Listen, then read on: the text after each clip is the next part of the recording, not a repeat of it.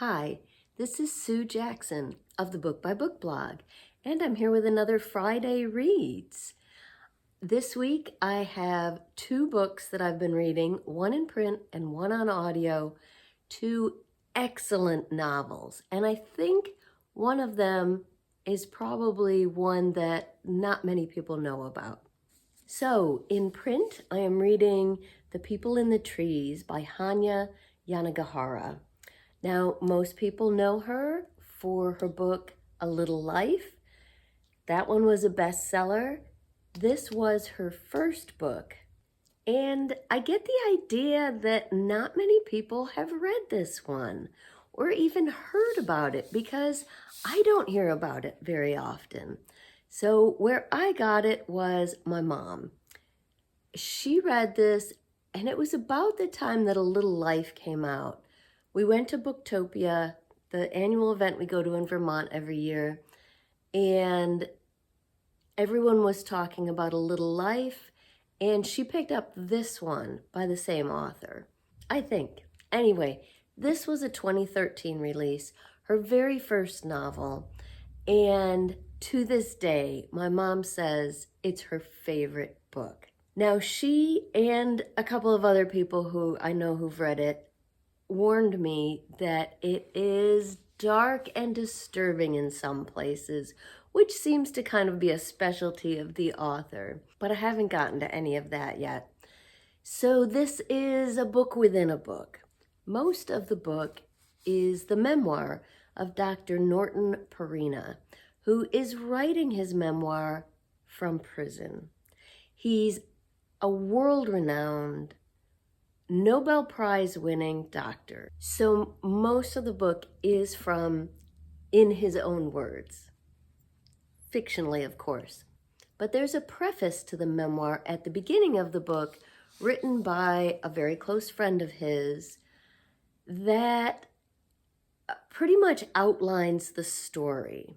So it's interesting because you know kind of the rough outline of the story at the start. And that is that as a young doctor fresh out of medical school, Dr. Perina signed on to an expedition with a world-renowned anthropologist to travel to a tiny little-known island in Micronesia in the Pacific in search of a lost tribe. So the anthropologist, it's his expedition, it's his quest. But Norton, the doctor, signs on because he needed a medical doctor on the team. And it's a small team. There's only 3 of them. A research assistant rounds out the team. So they get to this small island. They set out along with 3 guides who are indigenous to the region and the country. But this country's made up of 3 islands. The other 2 are more populated. This one, no one knew there was anyone human living there. And the locals stay away from this island because of some mythology and some superstitions. So that's the point of this quest.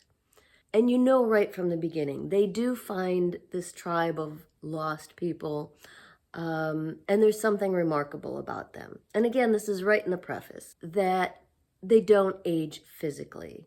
They live for an extremely long time, although they do age mentally at some point. So that's kind of the outline of the book, which you get right in the preface.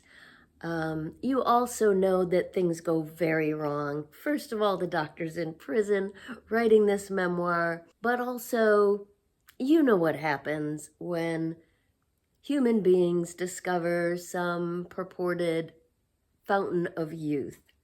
You know what comes next. So you've got that outline right at the start, but somehow this story is still so gripping and so compelling that I've been staying up too late every night reading. It is so hard to set this book down. It's incredibly engrossing. The doctor begins his memoir with his childhood. I'm almost to the halfway point now, and they are on the island. They have just discovered the people and are just beginning to investigate them. I don't know what the right word is. Study them, I guess. It is incredibly well written. It's very immersive. You feel like you are in the jungle with them, seeing flora and fauna that have never been seen before. It's excellent, and I can see why my mom has said it's one of her favorites of all time. So I'm very much enjoying The People in the Trees by Hanya Yanagihara. On audio, I have been listening to The Mighty Red by Louise Erdrich. Now, you've probably heard me, if you've watched my channel before, say that I don't often read new releases. I'm always behind. I mean, this was published in 2013. But in this case, as soon as I heard about it, I am a huge fan of Louise Erdrich. I requested it on the Libby app through our library, and much to my surprise, it came in a lot sooner than I expected. There's a long wait list for this book. I always listen to her books on audio. Normally, she narrates them herself, and she is an excellent narrator. Now, this one's a bit of a departure. She's not the narrator. Oh, I meant to look up. I will before I edit and post this. It sounds to me like there are multiple narrators because I'm getting a kind of multicast story. So I'm guessing that may be the reason why here.